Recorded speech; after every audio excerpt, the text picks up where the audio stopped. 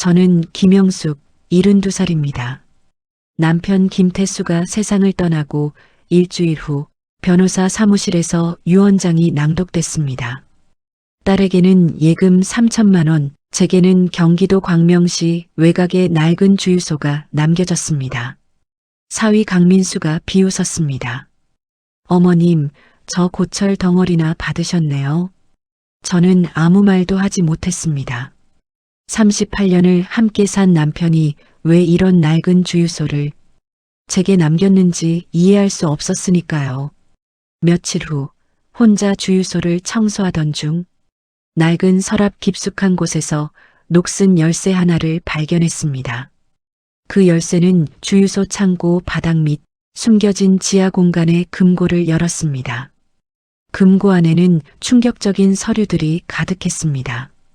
대한건설 비자금 내역, 뒷돈 수수 명단, 그리고 그 안에 사위 강민수의 이름이 있었습니다. 바로 그때 주유소 문이 열렸습니다. 민수가 2명의 무서운 남자들과 함께 들어왔습니다. 어머니, 주유소 빨리 파세요. 안 그러면 서연이가 위험할 수도 있어요. 9살 손녀를 협박하는 사위. 38년을 함께 산 남편이 남긴 것은 주유소가 아니었습니다. 대체 무슨 일이 있었던 걸까요? 이야기를 시작하기 전에 구독과 좋아요 부탁드립니다. 그리고 어디에서 듣고 계신지 댓글로 남겨주시면 그곳으로 작은 위로와 행운이 찾아갈 겁니다. 그럼 이야기를 시작하겠습니다. 저는 김영숙, 72살입니다. 남편 김태수가 세상을 떠난 지 일주일이 지났습니다. 장례를 치르는 내내 저는 눈물 한 방울 흘리지 못했어요. 슬픔보다 공허함이 먼저 밀려왔고 그 공허함 속에서 저는 그저 멍하니 앉아 있었을 뿐이었습니다. 38년을 함께 산 남편이 떠났습니다. 하지만 저는 아직 실감이 나지 않았어요. 남편은 건설업체에서 38년간 회계사로 일했죠. 성실하고 조용한 사람이었습니다.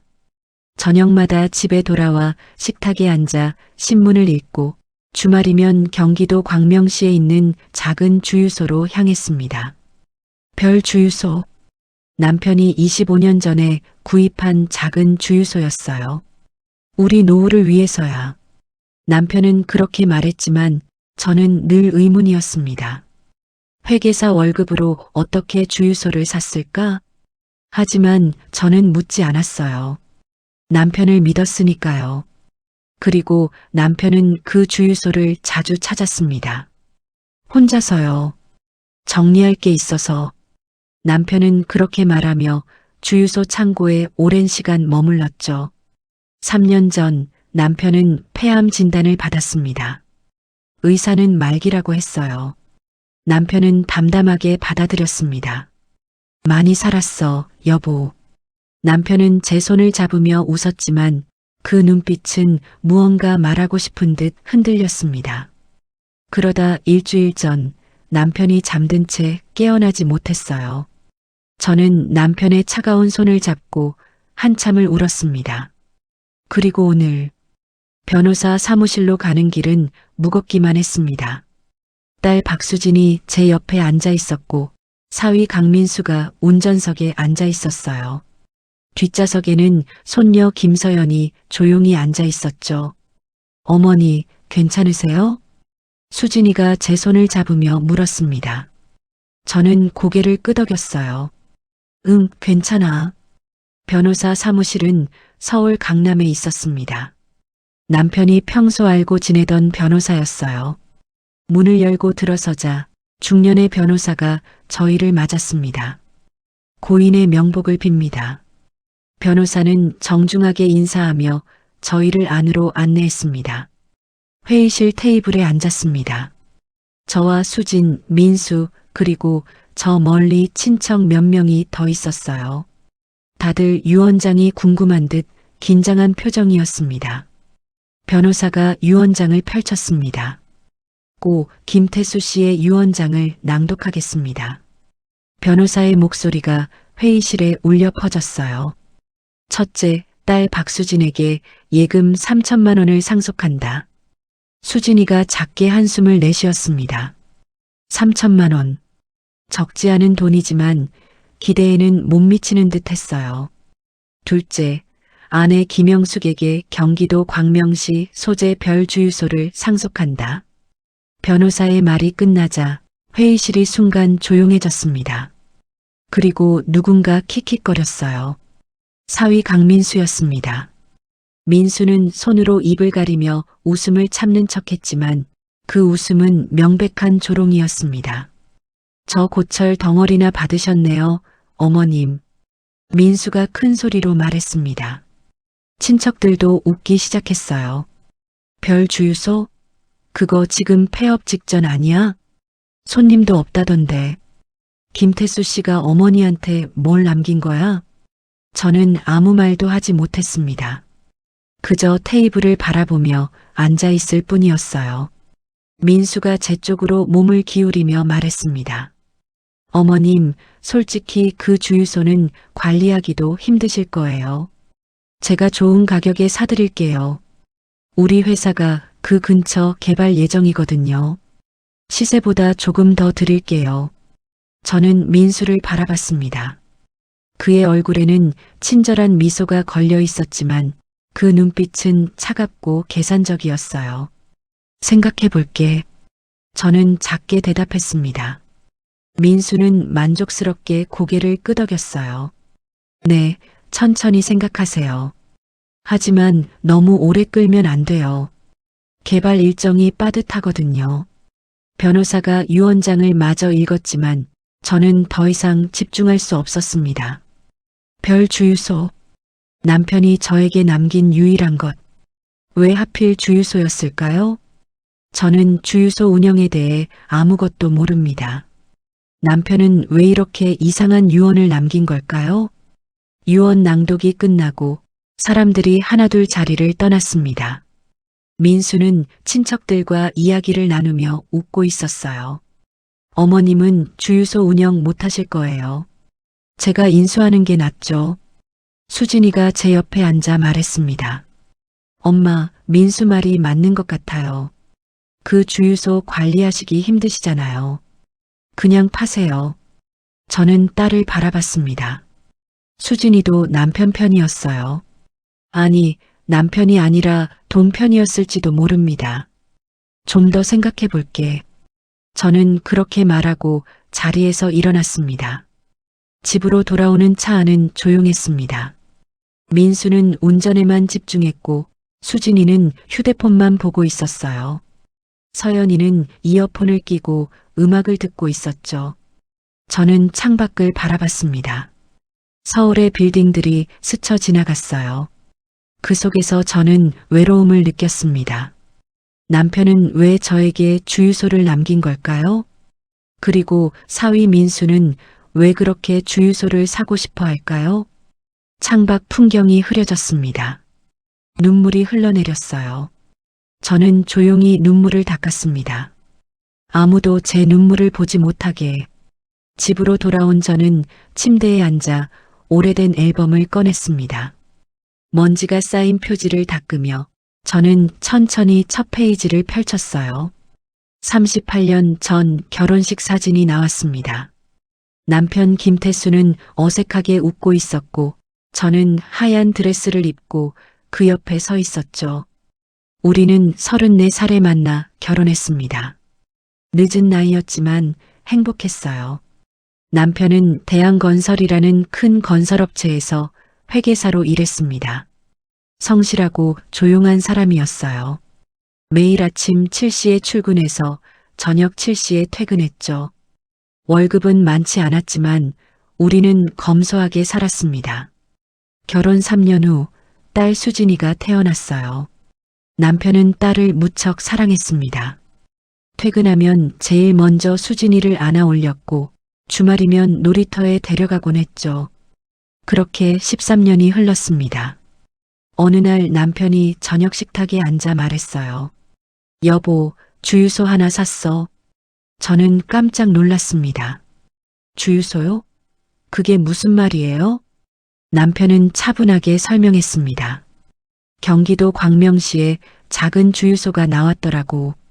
우리 노후를 위해서 하나 있으면 좋을 것 같아서 저는 의아했어요. 그런데 돈은 어디서 났어요? 남편은 잠시 망설이더니 말했습니다. 13년간 열심히 모았어. 걱정하지 마. 저는 더 이상 묻지 않았어요. 남편을 믿었으니까요. 하지만 속으로는 계속 의문이 들었습니다. 회계사 월급으로 주유소를 살 수 있을까? 그 주유소가 바로 별 주유소였습니다. 남편은 그날부터 주말마다 주유소로 향했어요. 영업시간 확인하고 직원들 관리해야 해. 남편은 그렇게 말했지만 주유소는 손님이 많지 않았습니다. 저도 몇 번 따라간 적이 있었어요. 주유소는 광명시 외곽의 한적한 곳에 있었습니다. 낡은 건물이었지만 남편은 그곳을 아꼈죠. 사무실을 정리하고 창고를 청소하며 시간을 보냈습니다. 어느 날 저녁 저는 남편이 이상하다는 걸 느꼈어요. 남편은 주유소에서 돌아온 후 사무실 문을 잠그고 밤늦게까지 무언가를 하고 있었습니다. 여보, 뭐해요? 제가 문을 두드리며 물었어요. 아, 서류 정리 좀 하고 있어. 금방 나갈게. 남편의 목소리는 평소와 달리 긴장돼 있었습니다. 그런 일이 자주 반복됐어요. 주유소에서 돌아온 남편은 창고에 오랜 시간 머물렀고 저는 점점 더 궁금해졌습니다. 여보, 창고에서 뭘 그렇게 해요? 어느 날 제가 물었습니다. 남편은 잠시 당황한 표정을 지었지만 곧 웃으며 대답했어요. 정리할 게 많아서 오래된 서류들 버리고 그래야 하잖아. 저는 더 이상 묻지 않았습니다. 하지만 남편의 눈빛이 흔들리는 걸 봤어요. 무언가 숨기고 있다는 느낌이 들었지만 저는 그냥 넘어갔습니다. 10년 전부터 남편의 건강이 나빠지기 시작했어요. 기침이 잦아졌고 얼굴색도 안 좋았습니다. 병원에 가자고 했지만 남편은 계속 미뤘죠. 괜찮아. 나이 들어서 그런 거야. 남편은 그렇게 말했지만 저는 걱정이 됐습니다. 3년 전 결국 병원에 갔을 때 의사는 말했습니다. 폐암 말기입니다. 6개월에서 1년 정도 남았습니다. 그날 저는 남편의 손을 꼭 잡고 울었어요. 남편은 담담하게 제 손을 쓰다듬으며 말했습니다. 많이 살았어, 여보. 이제 정리할 시간이야. 그날 이후 남편은 더 자주 주유소에 갔습니다. 혼자서요. 마지막으로 정리하고 싶은 게 있어. 남편은 그렇게 말했고 저는 따라가지 않았어요. 남편이 원하는 대로 두고 싶었으니까요. 작년 가을이었습니다. 남편이 침대에 누워 제 손을 잡았어요. 숨이 가빠 보였지만 눈빛은 또렷했습니다. 여보, 약속해줘. 남편의 목소리가 떨렸습니다. 뭐요? 저는 남편의 손을 꼭 잡았어요. 주유소. 지켜줘. 절대 팔지 마. 절대로. 저는 고개를 끄덕였습니다. 알았어요. 팔지 않을게요. 남편은 안도한 표정을 지었어요. 고마워. 당신이 이해하지 못해도 나중엔 알게 될 거야. 무슨 말이에요? 제가 물었지만 남편은 더 이상 대답하지 않았습니다. 그리고 몇 달 후 남편은 잠든 채 깨어나지 못했어요. 지금 저는 그 약속을 지켜야 합니다. 주유소를 절대 팔지 말라는 남편의 말. 하지만 왜 그랬을까요? 사위 민수는 주유소를 사고 싶어 합니다. 딸 수진이도 파는 게 낫다고 말해요. 하지만 남편은 절대 팔지 말라고 했습니다. 저는 앨범을 닫으며 생각했어요. 남편이 창고에서 무엇을 했는지, 왜 그렇게 주유소를 아꼈는지, 그리고 왜 저에게 지키라고 했는지. 창밖으로 달빛이 들어왔습니다. 저는 남편의 사진을 바라보며 속삭였어요. 여보, 대체 뭘 남긴 거예요? 대답은 없었습니다. 하지만 저는 알아야만 했습니다. 내일 주유소에 가봐야겠다고 생각했어요. 남편이 그토록 아끼던 그곳에 유언장 낭독 후 3일이 지났습니다. 저는 여전히 남편의 말이 무슨 뜻인지 이해할 수 없었어요. 주유소를 절대 팔지 말라는 그 말. 오후 2시쯤이었습니다. 현관 초인종이 울렸어요. 문을 열자 사위 강민수가 서 있었습니다. 정장 차림의 깔끔한 머리, 손에는 서류 가방을 들고 있었죠. 어머님, 안녕하세요. 민수는 밝게 웃으며 인사했습니다. 민수야, 웬일이니? 저는 그를 안으로 들였어요. 거실 소파에 앉은 민수는 서류 가방을 테이블 위에 올려놓았습니다. 저는 차를 끓여내왔어요. 어머님, 편하게 지내시죠? 민수가 차를 한 모금 마시며 물었습니다. 그럭저럭. 저는 짧게 대답했어요. 민수는 잠시 침묵하더니 서류 가방에서 종이 뭉치를 꺼냈습니다. 어머님, 사실 오늘 드릴 말씀이 있어서 왔어요. 저는 그 서류를 바라봤습니다. 무언가 불길한 느낌이 들었어요. 주유소 말인데요. 민수가 말을 이었습니다. 어머님이 그걸 운영하시기는 힘드실 거예요. 손님도 없고 관리도 복잡하고요. 저는 조용히 듣고 있었습니다. 그래서요, 제가 사드리려고 해요. 시세는 대략 3억 정도인데 제가 3억 5천만 원 드릴게요. 민수는 서류를 제 앞으로 밀어냈어요. 여기 계약서 초안입니다. 한번 보시고 생각해 보세요. 저는 서류를 집어들었습니다. 매매 계약서, 별 주유소를 강민수에게 판다는 내용이었어요. 민수야. 저는 서류를 내려놓으며 말했습니다. 좀 더 생각해 봐야겠어. 민수의 얼굴에서 미소가 사라졌습니다. 어머님, 이건 좋은 기회예요. 시세보다 5천만 원이나 더 드리는 거잖아요. 알아, 그런데 저는 말을 잇지 못했어요.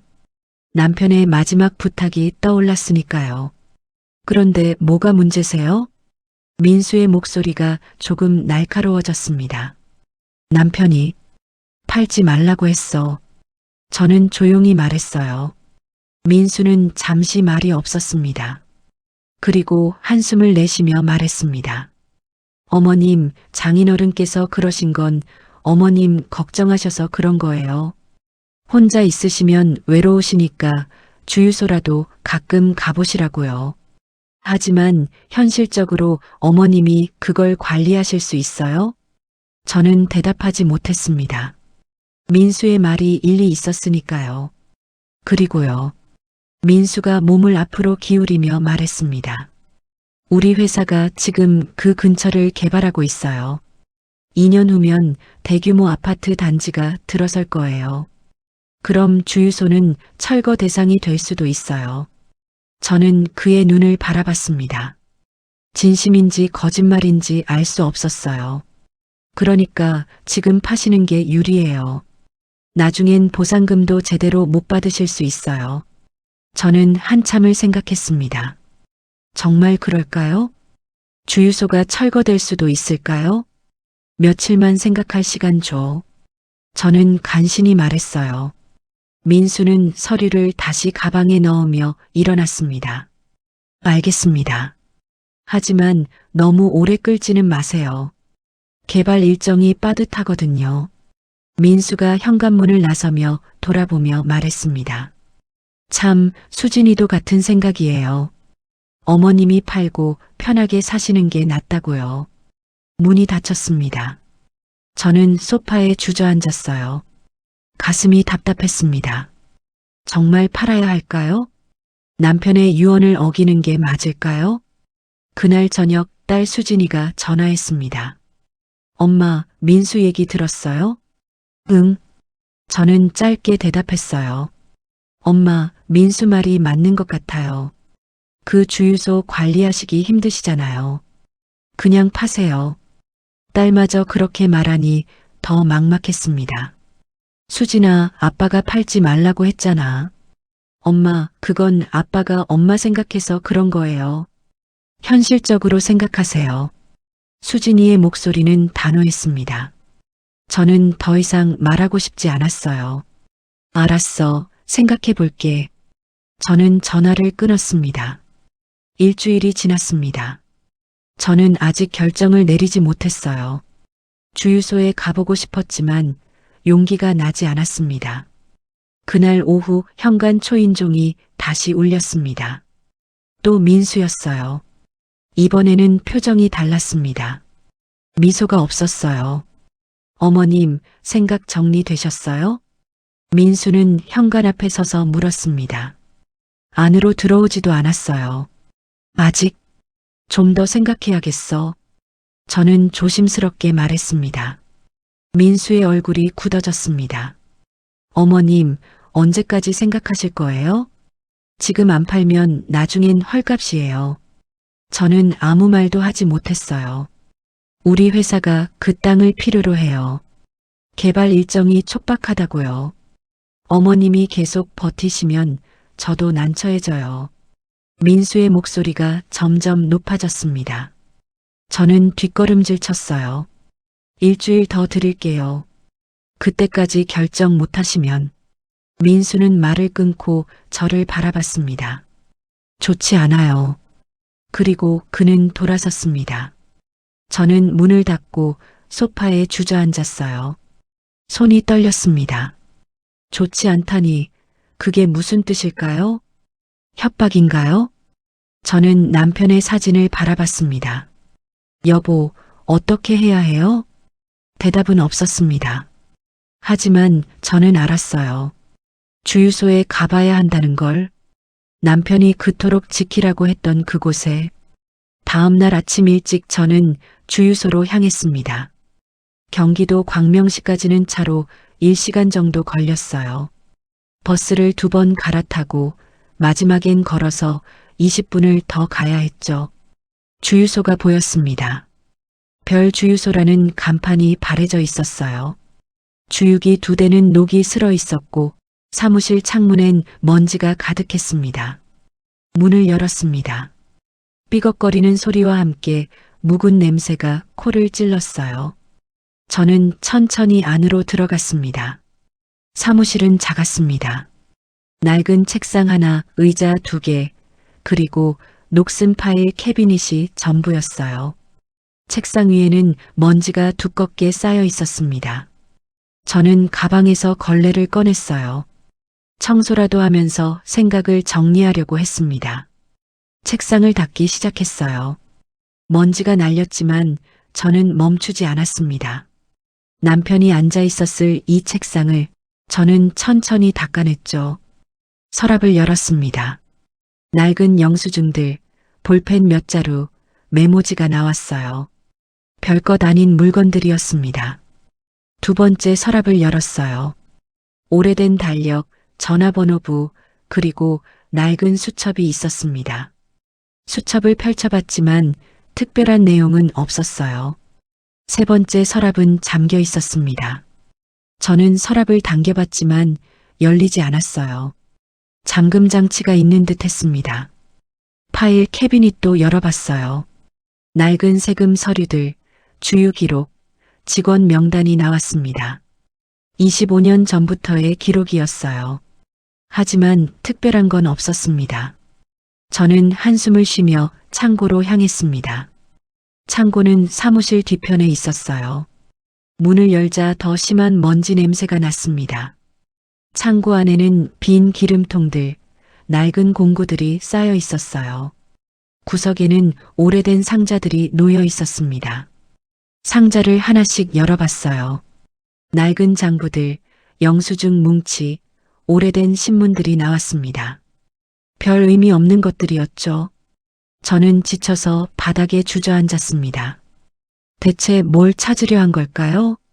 남편이 뭘 남겼다는 걸까요? 그때 눈에 띈 게 있었습니다.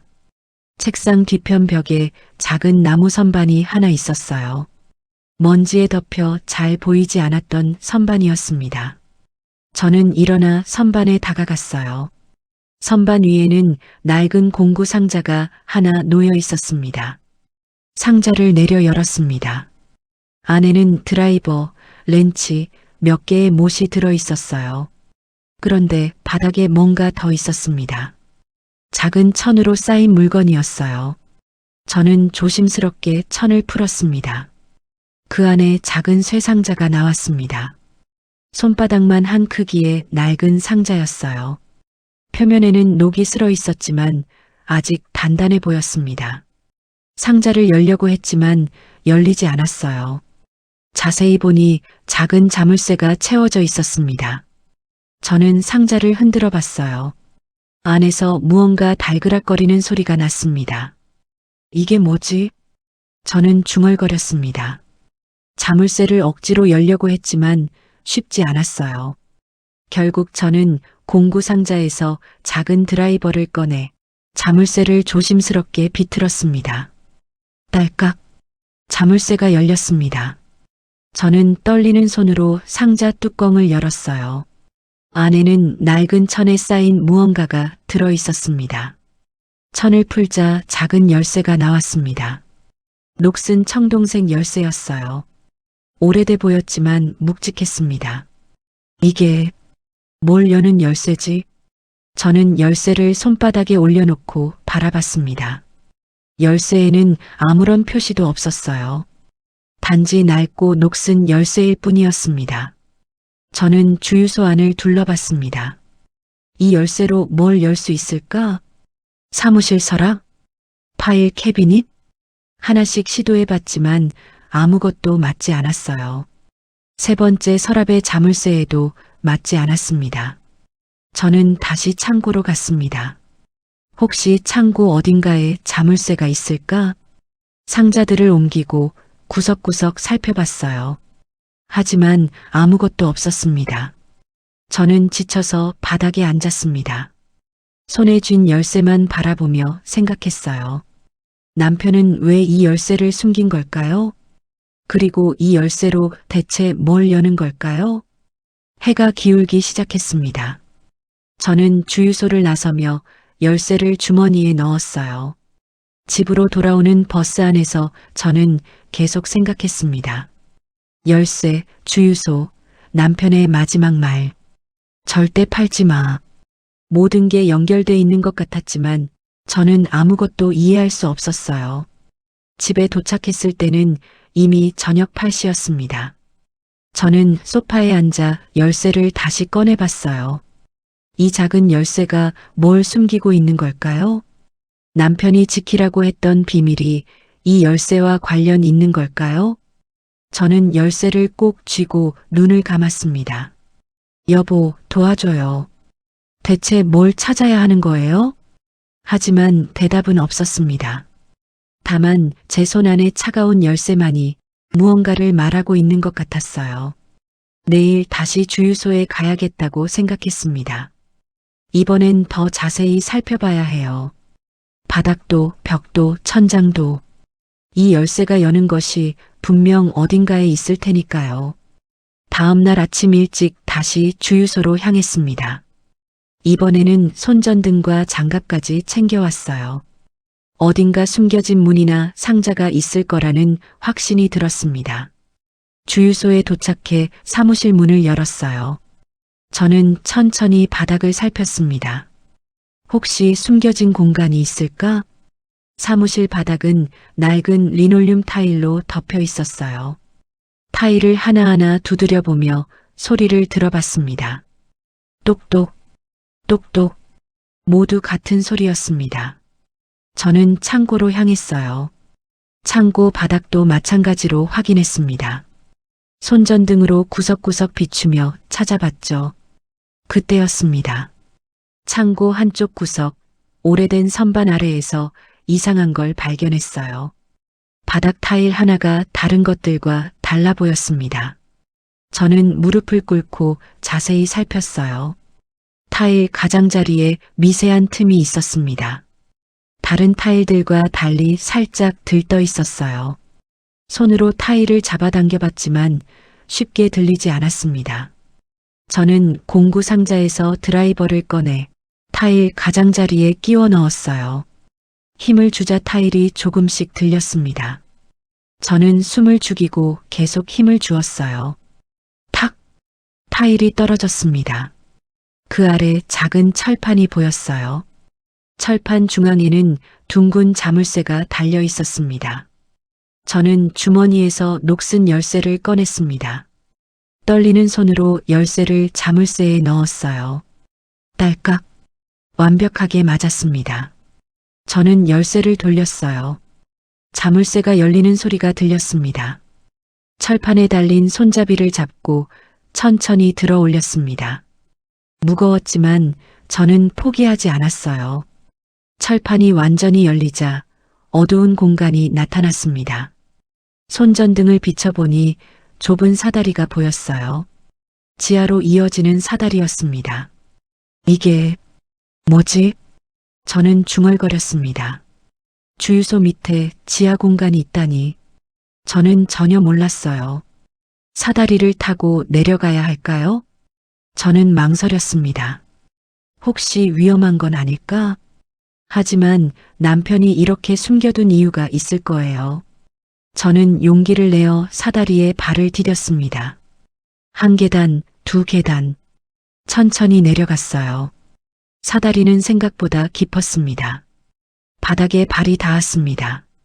손전등으로 주변을 비췄어요. 작은 지하 공간이었습니다. 천장은 낮았고 콘크리트 벽이 사방을 둘러싸고 있었어요. 공기는 차갑고 습했습니다. 한쪽 벽에 낡은 책상이 하나 있었고 그 옆에는 금속 선반이 있었어요. 그리고 구석에는 커다란 금고가 놓여 있었습니다. 저는 책상으로 다가갔습니다. 책상 위에는 두꺼운 가죽 공책이 놓여 있었어요. 먼지를 털고 공책을 펼쳤습니다. 숫자들과 이상한 기호들이 빼곡히 적혀 있었습니다. 날짜도 있었어요. 1995년부터 2022년까지 거의 30년 가까운 기록이었습니다. 하지만 저는 무슨 의미인지 이해할 수 없었어요. 회계 장부처럼 보였지만 일반적인 형식이 아니었습니다. 저는 금속 선반으로 향했습니다. 선반에는 서류 파일들이 가득했어요. 파일을 하나 꺼내 열어봤습니다. 대한건설 비자금 내역이라는 제목이 보였습니다. 그 아래 날짜와 금액, 그리고 이름들이 적혀 있었어요. 저는 숨이 막혔습니다. 비자금? 대한건설은 남편이 다니던 회사였어요. 다른 파일도 열어봤습니다. 뒷돈 수수 명단, 허위 계약서, 불법 거래 증거, 모두 충격적인 제목들이었습니다. 저는 파일을 떨어뜨렸어요. 손이 떨렸습니다. 남편이 이런 걸 모아뒀다고요? 왜? 무슨 이유로? 저는 금고로 다가갔습니다. 금고는 잠겨 있었지만 다이얼 자물쇠였어요. 비밀번호를 알아야 열 수 있었습니다. 저는 남편의 생일을 돌려봤습니다. 415. 열리지 않았어요. 제 생일도 시도해봤습니다. 723. 역시 열리지 않았습니다. 딸 수진이의 생일. 318. 금고가 열렸습니다. 저는 금고 문을 천천히 열었어요. 손전등을 비추자 안에 가득 찬 것들이 보였습니다. 돈다발들, 5만 원권 지폐가 묶여 있었어요. 대략 몇 천만 원은 되는 것 같았습니다. 그리고 USB 여러 개, 작은 녹음기, 낡은 여권들. 저는 여권을 집어들었습니다. 펼쳐보니 남편 사진이 나왔어요. 하지만 이름이 달랐습니다. 김철수. 남편 이름은 김태수인데 다른 여권도 마찬가지였어요. 남편 사진이지만 이름은 박영호, 이민재. 모두 다른 이름들이었습니다. 저는 주저앉았습니다. 머리가 어지러웠어요. 당신이 누구였던 거예요? 저는 중얼거렸습니다. 38년을 함께 산 남편. 매일 아침 출근하고 저녁에 돌아오던 남편. 조용하고 성실하던 남편. 하지만 남편은 이런 비밀을 숨기고 있었습니다. 비자금 자료, 불법 거래, 증거, 가짜 여권. 대체 남편은 무슨 일을 한 걸까요? 저는 한참을 그 자리에 앉아 있었습니다. 충격이 너무 커서 움직일 수가 없었어요. 그때 위에서 소리가 들렸습니다. 발소리. 누군가 주유소에 들어온 것 같았어요. 저는 얼어붙었습니다. 손전등을 껐어요. 발소리가 가까워졌습니다. 창고 쪽으로 오고 있었어요. 영숙 어머님? 익숙한 목소리였습니다. 사위 강민수였어요. 저는 숨을 죽였습니다. 왜 민수가 여기 온 걸까요? 어머님 계세요? 민수의 목소리가 더 가까워졌습니다. 저는 금고를 재빨리 닫고 철판 아래로 몸을 숨겼어요. 발소리가 창고 안으로 들어왔습니다. 잠시 후 발소리가 멈췄어요. 이상하네. 분명 차가 밖에 있었는데 민수의 중얼거림이 들렸습니다. 한참 후 발소리가 멀어졌습니다. 주유소 문이 닫히는 소리가 들렸어요. 저는 안도의 한숨을 내쉬었습니다. 하지만 불안했어요. 민수가 왜 여기 온 걸까요? 혹시 이 지하실을 알고 있는 걸까요? 저는 서둘러 사다리를 타고 올라왔습니다. 철판을 닫고 타일을 다시 덮었어요. 창고 밖으로 나와 확인했습니다. 민수의 차는 이미 떠난 후였어요. 저는 주유소를 빠져나와 버스 정류장으로 향했습니다. 머릿속이 복잡했어요. 남편의 비밀, 민수의 방문, 모든 게 연결돼 있는 것 같았지만 저는 아직 아무것도 이해할 수 없었습니다. 집으로 돌아온 저는 소파에 앉아 생각에 잠겼습니다. 남편이 숨긴 서류들, 가짜 여권들, 비자금 자료. 대체 남편은 무슨 일을 한 걸까요? 머릿속이 복잡했어요. 남편을 38년간 알고 지냈지만 저는 그를 전혀 몰랐던 것 같았습니다. 그날 저녁 집 전화벨이 울렸습니다. 낯선 번호였어요. 여보세요? 저는 조심스럽게 받았습니다. 김영숙 여사님 맞으신가요? 중년 남자의 목소리였습니다. 차분하고 신중한 말투였어요. 네, 그런데 누구세요? 저는 경계하며 물었습니다. 저는 박정훈이라고 합니다. 김태수 형님의 옛 동료였습니다. 저는 숨을 멈췄어요. 남편의 동료? 한번 뵙고 싶습니다. 드릴 말씀이 있어서요. 저는 망설였습니다. 낯선 사람을 만나는 게 두려웠어요. 무슨 말씀인데요? 제가 조심스럽게 물었습니다. 전화로는 어렵습니다. 내일 오후 2시 형님의 주유소에서 뵙겠습니다. 어떻게 주유소를? 제가 물으려는 순간 전화가 끊겼습니다. 저는 한참 수화기를 들고 있었어요. 박정훈? 남편의 동료라고요? 다음 날 오후 2시 저는 다시 주유소에 있었습니다. 누가 올지 믿어도 될지 불안했어요. 오후 2시 정각 검은색 승용차가 주유소 앞에 멈췄습니다. 차에서 중년 남자가 내렸어요. 키가 크고 정장을 단정하게 입은 사람이었습니다. 나이는 50대 초반쯤 보였어요. 날카로운 눈빛이었지만 표정은 부드러웠습니다. 김영숙 여사님이시죠? 그가 다가오며 정중하게 인사했습니다. 네. 저는 짧게 대답했어요. 박정훈입니다. 김태수 형님과 20년 넘게 알고 지냈습니다. 그는 명함을 건넸어요. 법무법인 정의 대표 변호사 박정훈. 변호사세요? 저는 명함을 보며 물었습니다. 네, 지금은 변호사지만 예전엔 검사였습니다. 저는 그를 사무실 안으로 안내했어요. 의자를 권하고 저도 맞은편에 앉았습니다. 형님께서 돌아가셨다는 소식 들었습니다. 늦었지만 조의를 표합니다. 정우는 고개를 숙였어요. 고맙습니다. 그런데 남편을 어떻게 아시나요? 저는 본론을 꺼냈습니다. 정우는 잠시 망설이더니 천천히 말했습니다. 20년 전 제가 검찰에서 건설업체 비리를 수사할 때였습니다. 형님께서 저를 찾아오셨어요. 저는 그의 말에 집중했습니다. 형님은 대한건설 회계사였지만 단순한 회계사가 아니었습니다. 회사 내부의 불법 비리를 목격하고 증거를 모으고 계셨죠. 저는 숨을 들이켰어요. 어제 지하실에서 본 것들이 떠올랐습니다. 형님은 제게 그 증거들을 넘겨주셨습니다. 저는 수사를 시작했죠. 하지만 정훈의 목소리가 무거워졌습니다. 압력이 들어왔습니다. 위에서 수사를 중단하라는 지시가 내려왔어요. 대한건설은 거대한 회사였고 정치권과도 연결돼 있었습니다. 저는 아무 말도 할 수 없었어요. 결국 수사는 무산됐습니다. 하지만 형님은 포기하지 않으셨어요. 계속 증거를 모으셨고 언젠가 터뜨릴 날을 기다리셨죠.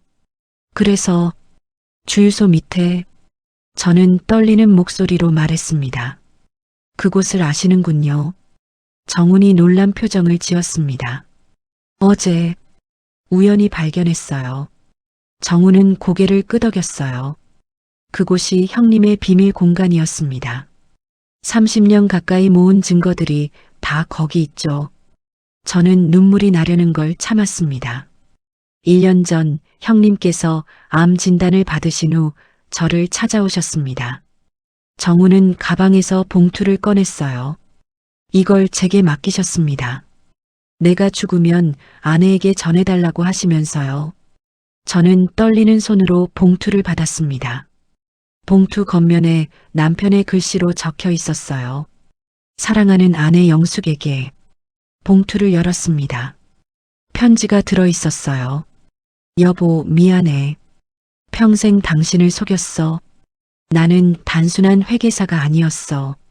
대한건설의 불법을 목격했고 그걸 숨길 수 없었어. 20년 넘게 증거를 모았어. 하지만 끝내 공개하지 못했지. 힘이 너무 컸어. 이제 당신에게 맡겨. 주유소를 절대 팔지 마. 그 안에 모든 진실이 있어. 정훈이가 도와줄 거야. 그를 믿어. 사랑해, 여보. 미안해. 저는 편지를 읽으며 눈물을 흘렸습니다. 손이 떨렸어요. 형님께서 마지막까지 고민하셨습니다. 가족을 위험에 빠뜨리고 싶지 않으셨지만 정의를 포기할 수도 없으셨죠. 정훈의 목소리도 떨렸습니다. 저는 한참을 울었어요. 38년간 남편이 혼자 짊어진 무게가 이제야 느껴졌습니다. 여사님, 정훈이 조용히 말했습니다. 이제 형님의 뜻을 이루려 합니다. 도와주시겠습니까? 저는 눈물을 닦으며 고개를 들었어요. 어떻게요? 그 증거들로 대한건설을 무너뜨릴 수 있습니다. 하지만 쉽지 않아요. 위험할 수도 있습니다. 저는 남편의 편지를 다시 봤습니다. 정의를 포기할 수 없었어. 할게요. 저는 단호하게 말했습니다. 정훈이 놀란 표정을 지었어요. 하지만 위험합니다. 그 회사는 남편이 30년을 바친 일이에요. 제가 끝내야죠. 정훈은 잠시 저를 바라보더니 고개를 끄덕였습니다. 알겠습니다. 형님이 자랑스러워 하실 겁니다. 저는 처음으로 마음이 확고해졌어요. 남편의 비밀을 이제 이해했고 그 뜻을 이루겠다고 결심했습니다. 한 가지 더 여쭤볼 게 있어요. 저는 정훈을 바라보며 물었습니다. 제 사위 강민수요. 그 사람도 관련 있나요? 정훈의 얼굴이 굳어졌습니다. 강민수가 사위분이신가요? 네. 정훈은 한숨을 쉬었어요. 그 사람이 대한건설 이사입니다. 그리고 비리의 핵심 인물 중 한 명이죠. 저는 온몸이 얼어붙었습니다.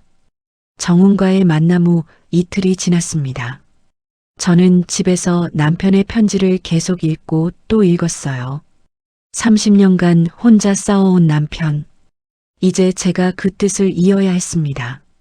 정훈은 증거를 정리하고 있다고 했어요.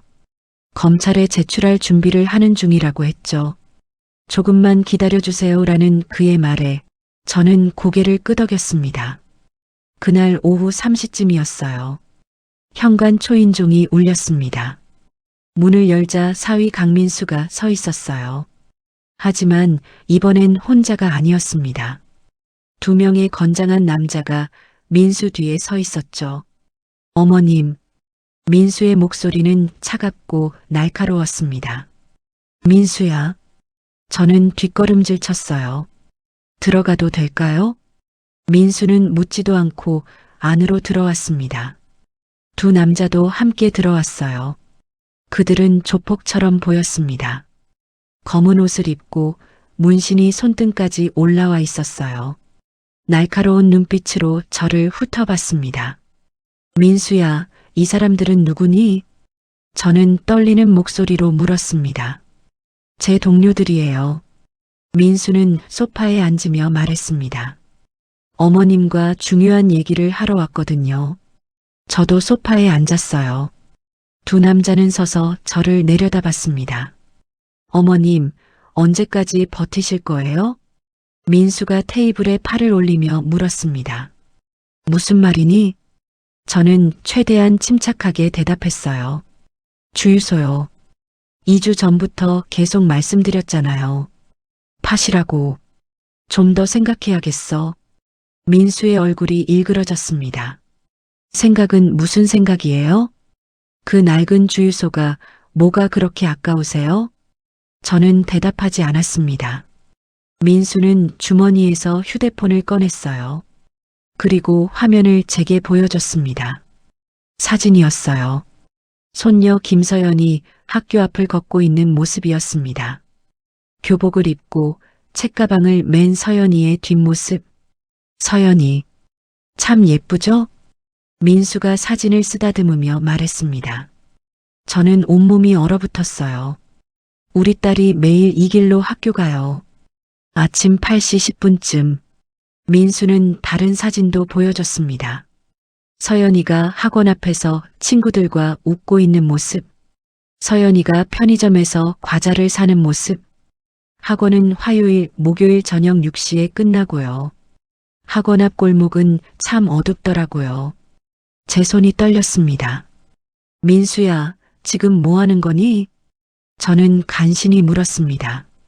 별거 아니에요, 어머님. 민수는 휴대폰을 주머니에 넣으며 말했습니다. 그냥 사고는 언제 어디서 날지 모른다는 얘기예요. 명백한 위협이었습니다. 손녀를 건드리겠다는 것. 내가 어떻게 내 딸을. 저는 믿을 수 없었어요. 제 딸이니까 제가 알아서 하죠. 민수는 차갑게 말했습니다. 옆에 서 있던 남자 하나가 입을 열었어요.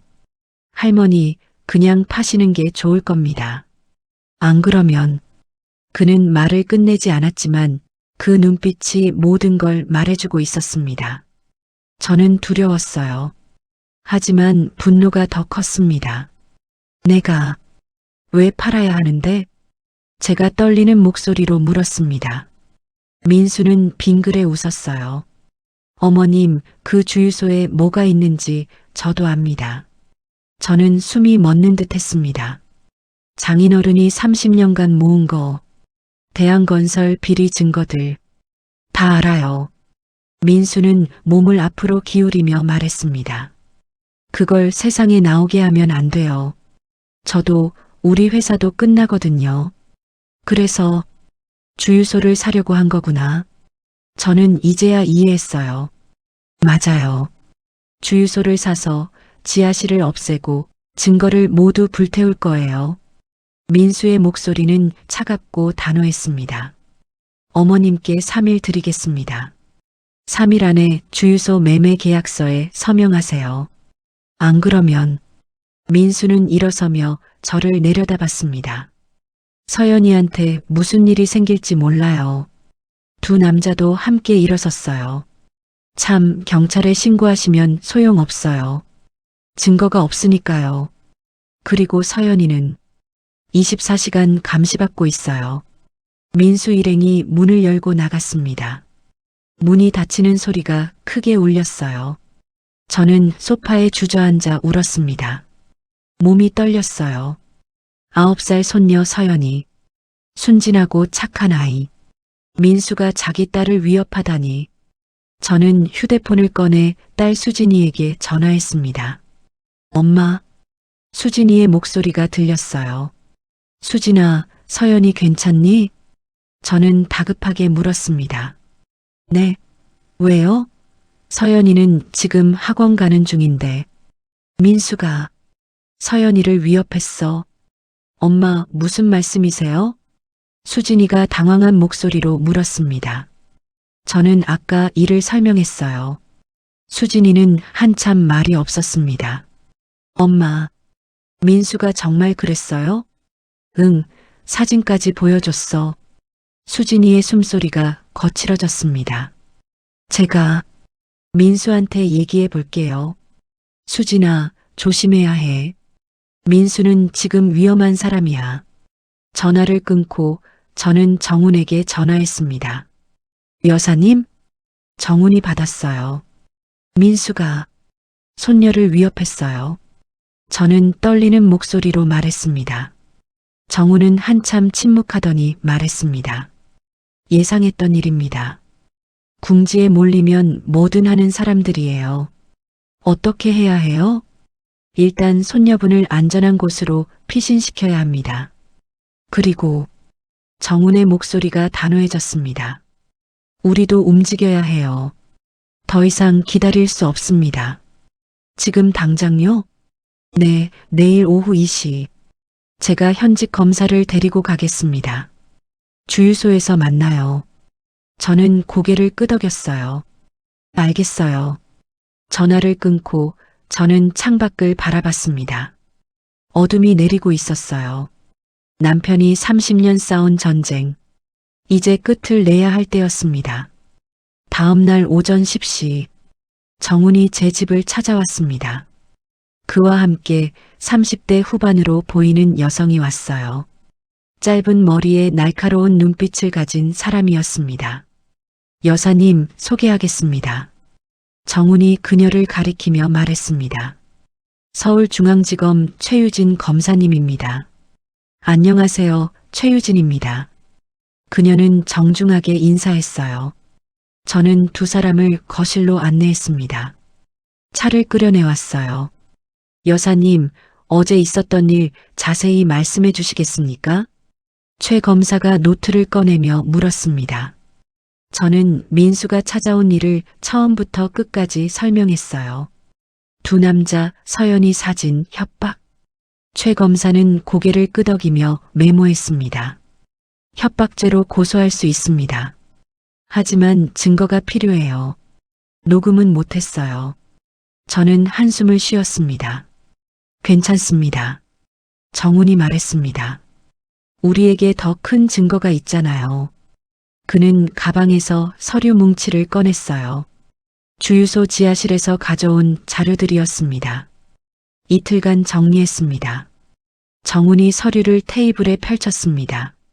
30년치 비리 증거예요. 횡령, 배임, 뇌물수수, 허위계약. 모두 여기 있습니다. 최 검사가 서류를 하나씩 넘겨봤어요. 그녀의 눈빛이 날카로워졌습니다. 이 정도면 구속영장 청구 가능합니다. 강민수뿐 아니라 대한건설 임원 전체를 기소할 수 있어요. 하지만 문제가 있습니다. 정훈이 말했습니다. 강민수가 도망갈 수 있어요. 눈치채면 해외로 빠져나갈 겁니다. 그러면? 저는 물었습니다. 현장에서 잡아야 합니다. 최 검사가 말했습니다. 어떻게요? 정훈이 저를 바라보며 말했습니다. 여사님께서 강민수에게 전화하세요. 주유소를 팔겠다고. 저는 숨을 들이켰어요. 내일 주유소에서 만나자고 하세요.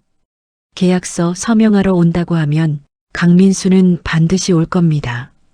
그리고 우리가 그 자리에 있을 겁니다. 최 검사가 말했습니다. 계약 직전에 급습해서 현장에서 체포합니다. 저는 두려웠어요. 위험하지 않을까요? 걱정 마세요. 정훈이 제 손을 잡았습니다. 제가 옆에 있을 겁니다. 그리고 경찰도 대기시킬 거예요. 최 검사가 덧붙였습니다. 강민수는 협박죄, 횡령죄, 배임죄 등으로 현행범 체포됩니다. 도망갈 틈이 없어요. 저는 한참을 생각했습니다. 남편이 30년간 모은 증거, 이제 세상에 드러날 때가 온 거예요. 하겠습니다. 저는 단호하게 말했습니다. 정훈이 안도한 표정을 지었어요. 감사합니다, 여사님. 최 검사가 노트에 뭔가 적으며 말했습니다. 내일 오후 2시로 하죠. 주유소 사무실에서. 네. 여사님은 평소처럼 행동하세요. 긴장한 티 내면 안 됩니다. 정훈이 설명을 이어갔습니다. 저는 주유소 창고에 숨어 있을 겁니다. 최 검사님과 경찰팀은 밖에서 대기하고요. 강민수가 계약서를 꺼내면 그때 신호 주세요. 최 검사가 말했습니다. 휴대폰으로 좋아요라고만 문자 보내시면 돼요. 저는 고개를 끄덕였어요. 그러면 우리가 들어갑니다. 정훈이 말했습니다. 최 검사가 일어서며 말했습니다. 여사님, 용기 내주셔서 감사합니다. 김태수 선생님이 자랑스러워 하실 거예요. 두 사람이 떠난 후 저는 한참을 소파에 앉아 있었습니다. 내일이면 모든 게 끝나는 거예요. 저는 남편의 사진을 꺼내봤습니다. 여보, 잘할 수 있을까요? 남편은 미소 짓고 있었어요. 저는 용기를 냈습니다. 오후 3시, 저는 휴대폰을 들고 민수에게 전화했습니다. 손이 떨렸어요. 어머님? 민수가 받았습니다. 민수야. 저는 최대한 침착하게 말했습니다. 8개. 민수 쪽에서 잠시 침묵이 흘렀어요. 정말요? 그의 목소리에 안도감이 묻어났습니다. 응, 생각해봤는데 내 말이 맞는 것 같아. 내가 관리할 수도 없고. 잘 생각하셨어요, 어머님. 민수가 만족스럽게 말했습니다. 내일 주유소에서 만나자. 오후 2시. 네, 가겠습니다. 계약서 준비해 갈게요. 그래, 그리고 저는 숨을 고르며 말했습니다. 돈은 현금으로 줄 수 있니? 아, 당연하죠. 3억 5천만 원 현금으로 준비하겠습니다. 알았어. 전화를 끊었습니다. 저는 휴대폰을 꼭 쥐고 눈을 감았어요. 이제 시작이었습니다. 그날 저녁 딸 수진이가 전화했습니다. 엄마, 민수한테 들었어요. 주유소 파신다고요? 응. 저는 짧게 대답했어요. 잘 생각하셨어요. 서연이도 안전해질 거예요. 수진이는 안도한 목소리였습니다. 저는 딸에게 진실을 말하고 싶었지만 참았어요. 수진아. 네, 엄마. 서연이 잘 돌봐줘. 물론이죠, 엄마. 전화를 끊고 저는 창밖을 바라봤습니다. 달이 밝았어요. 내일이면 모든 게 드러날 거예요. 남편의 30년 싸움, 대한건설의 비리, 그리고 사위 민수의 범죄. 저는 남편의 편지를 다시 꺼내 읽었습니다. 정의를 포기할 수 없었어. 여보, 이제 제가 끝낼게요. 저는 편지를 가슴에 안았습니다. 밤이 깊어갔습니다. 하지만 저는 잠들 수 없었어요. 내일을 생각하며 저는 밤새 깨어 있었습니다. 새벽이 밝아왔습니다. 결전의 날이 왔어요. 약속날 오후 1시 30분. 저는 주유소에 도착했습니다. 정우는 이미 와 있었어요. 여사님, 준비되셨습니까? 정훈이 조용히 물었습니다. 저는 고개를 끄덕였어요. 네. 저는 창고에 숨어 있겠습니다. 여사님은 평소처럼 행동하세요. 정우는 창고 안으로 들어갔어요. 저는 사무실에 앉아 기다렸습니다. 손이 떨렸어요. 숨소리가 거칠어졌습니다. 오후 1시 50분. 주유소 밖에 검은색 승용차가 보였습니다. 최 검사와 경찰들이었어요. 그들은 주유소에서 조금 떨어진 곳에 차를 세웠습니다. 오후 2시 정각, 민수의 차가 주유소 앞에 멈췄습니다. 그는 혼자 내렸어요. 손에 서류 가방을 들고 있었습니다. 저는 심호흡을 했어요. 어머님, 민수가 사무실로 들어오며 밝게 웃었습니다. 잘 오셨어요. 응. 저는 짧게 대답했습니다. 민수는 의자에 앉으며 서류 가방을 테이블 위에 올려놓았어요. 어머님, 현명한 선택하셨습니다. 저는 아무 말도 하지 않았어요. 민수가 가방을 열었습니다. 두꺼운 돈다발이 보였어요. 3억 5천만 원 현금입니다. 세어보세요.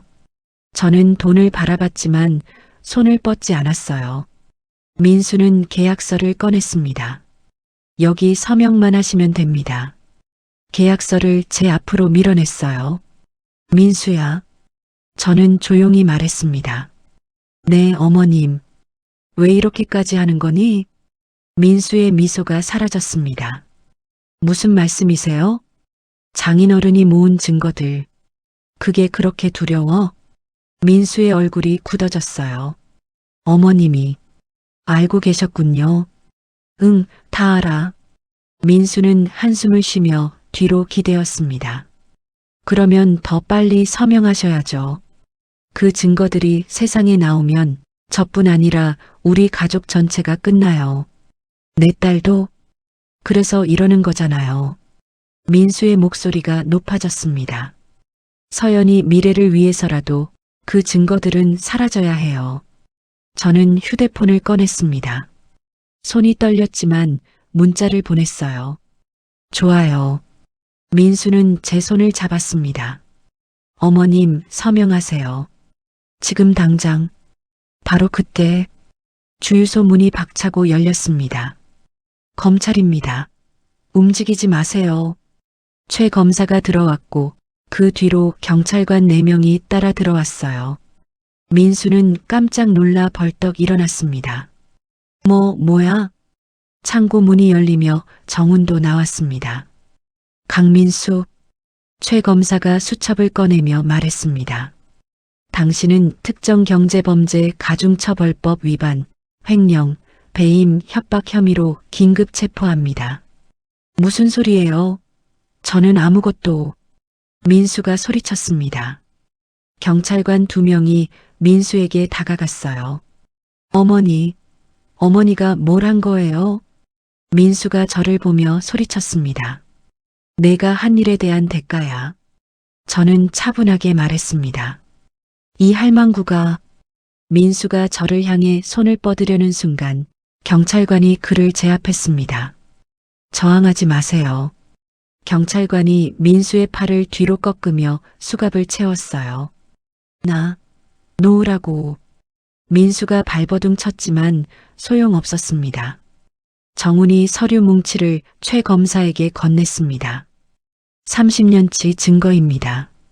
대한건설 비리 전부가 여기 있어요. 최 검사가 서류를 받으며 고개를 끄덕였습니다. 수고하셨습니다. 민수가 저를 노려보며 말했습니다. 어머니, 이렇게까지 하실 거였어요? 수진이는 어떻게 하고, 서연이는 내가 위협했잖아. 저는 눈물을 참으며 말했습니다. 자기 딸을 협박하는 아버지, 넌 자격이 없어. 민수의 얼굴이 일그러졌어요. 연행하세요. 최 검사가 지시했습니다. 경찰관들이 민수를 끌고 나갔어요. 민수는 계속 소리쳤습니다. 어머니, 후회하실 거예요. 후회한다고. 그의 목소리가 점점 멀어졌습니다. 저는 의자에 주저앉았어요. 온몸에서 힘이 빠졌습니다. 정훈이 제 어깨에 손을 얹었습니다. 수고하셨습니다, 여사님. 형님이 자랑스러워 하실 겁니다. 저는 눈물을 흘렸어요. 여보, 다 끝났어요. 최 검사가 다가와 말했습니다. 여사님 덕분에 30년 묵은 비리를 밝혀낼 수 있었습니다. 감사드립니다. 바로 그때 주유소 밖에서 비명소리가 들렸습니다. 아빠, 저는 깜짝 놀라 밖으로 나갔어요. 딸 수진이가 주유소 앞에 서 있었습니다. 민수가 경찰차에 실리는 모습을 보고 있었어요. 아빠, 아빠. 수진이가 달려가려 했지만 경찰관이 막았습니다. 민수가 경찰차 창문 너머로 수진이를 봤어요. 수진아, 미안해. 경찰차가 출발했습니다. 수진이는 그 자리에 주저앉아 울었어요. 저는 딸에게 다가갔습니다. 수진아. 수진이가 고개를 들어 저를 봤어요. 얼굴이 눈물로 범벅이었습니다. 엄마, 엄마가 한 거예요? 저는 고개를 끄덕였습니다. 왜요? 왜 그랬어요? 수진이가 울며 소리쳤습니다. 민수는 범죄자야. 30년간 회사 돈을 빼돌렸어. 아빠가, 내 할아버지가 평생 그 증거를 모았단다. 그래도 우리 가족인데. 수진이가 저를 밀쳤어요. 저는 비틀거렸습니다. 가족이라고 범죄를 덮어줄 순 없어. 저는 딸을 바라보며 말했습니다. 엄마는 우리보다 정의가 중요해요? 저는 대답하지 못했어요. 수진이는 일어서서 저를 노려봤습니다. 이제 엄마랑 안 볼래요. 절대로. 수진이는 돌아서서 걸어갔습니다. 저는 딸의 뒷모습을 바라봤어요. 수진아. 하지만 수진이는 돌아보지 않았습니다. 정훈이 다가와 조용히 말했습니다. 시간이 해결해 줄 겁니다. 저는 고개를 저었어요. 아니에요. 딸은 절대 용서하지 않을 거예요. 주유소에 침묵이 흘렀습니다. 저는 사무실로 돌아가 남편의 편지를 꺼냈어요. 여보, 제가 잘한 걸까요? 하지만 대답은 없었습니다. 다만 창밖의 석양만이 주유소를 붉게 물들이고 있었습니다. 6개월이 흘렀습니다. 민수는 1심에서 징역 7년을 선고받았어요. 횡령, 배임, 협박죄가 모두 인정됐습니다. 대한건설 임원들도 줄줄이 구속됐죠. 회장은 징역 10년, 부회장은 8년. 남편이 30년간 모은 증거 덕분이었습니다. 신문과 뉴스는 며칠간 이 사건으로 시끄러웠어요. 30년 묵은 비리, 고인의 유지로 밝혀져 회계사에 숨겨진 증거, 건설업계 뒤흔들다. 기자들이 저를 찾아왔지만 저는 거절했습니다. 말하고 싶지 않았어요. 딸 수진이는 이혼 소송을 진행 중입니다. 손녀 서연이와 함께 작은 아파트에서 살고 있다고 들었어요. 하지만 저는 알 수 없었습니다. 수진이가 연락을 끊었으니까요. 그날 이후 단 한 통의 전화도 없었습니다. 제가 먼저 전화하면 받지 않았어요. 문자도 읽지 않았습니다. 명절에도 오지 않았어요. 추석에 제가 찾아가려 했지만 문 앞에서 돌아섰습니다. 수진이가 원하지 않는다는 걸 알았으니까요. 서연이를 보고 싶었어요. 9살이던 서연이는 이제 10살이 됐겠죠. 얼마나 컸을까요? 학교는 잘 다니고 있을까요? 하지만 저는 볼 수 없었습니다. 수진이가 막았고 저도 더 이상 연락하지 않았어요. 오늘도 저는 주유소에 왔습니다. 일주일에 2~3번은 이곳을 찾아요. 청소하고 먼지 털고 그냥 앉아 있습니다. 주유소는 여전히 손님이 없었어요. 주유기는 녹이 더 슬었고 간판은 더 바래졌습니다. 하지만 저는 팔지 않았어요. 남편이 30년을 바친 이곳을 저는 지킬 겁니다. 사무실 책상에 앉아 창밖을 봤습니다. 겨울이 다가오고 있었어요. 하늘은 잔뜩 흐렸습니다. 정훈이 가끔 들러요. 한 달에 한 번쯤 커피를 사들고 와서 저와 함께 앉아 있죠. 여사님 괜찮으세요? 그는 항상 그렇게 물었습니다. 응, 괜찮아. 저는 항상 그렇게 대답했어요. 하지만 괜찮지 않았습니다. 밤마다 혼자 집에 앉아 있으면 외로움이 밀려왔어요. 딸의 목소리가 그리웠습니다. 손녀의 웃음소리가 그리웠어요. 가족이 함께 식사하던 시간이 그리웠습니다. 저는 이겼습니다. 민수는 감옥에 갔고 대한건설 비리는 세상에 드러났어요. 남편의 30년 싸움이 결실을 맺었습니다. 하지만 저는 모든 걸 잃었습니다. 딸도, 손녀도, 가족도. 이게 맞는 걸까요? 저는 혼잣말처럼 중얼거렸습니다. 책상 서랍을 열어 남편 사진을 꺼냈어요. 남편은 여전히 미소 짓고 있었습니다. 여보, 당신이 자랑스러워한다고 정훈 씨가 그러더라고. 하지만 나는 잘 모르겠어.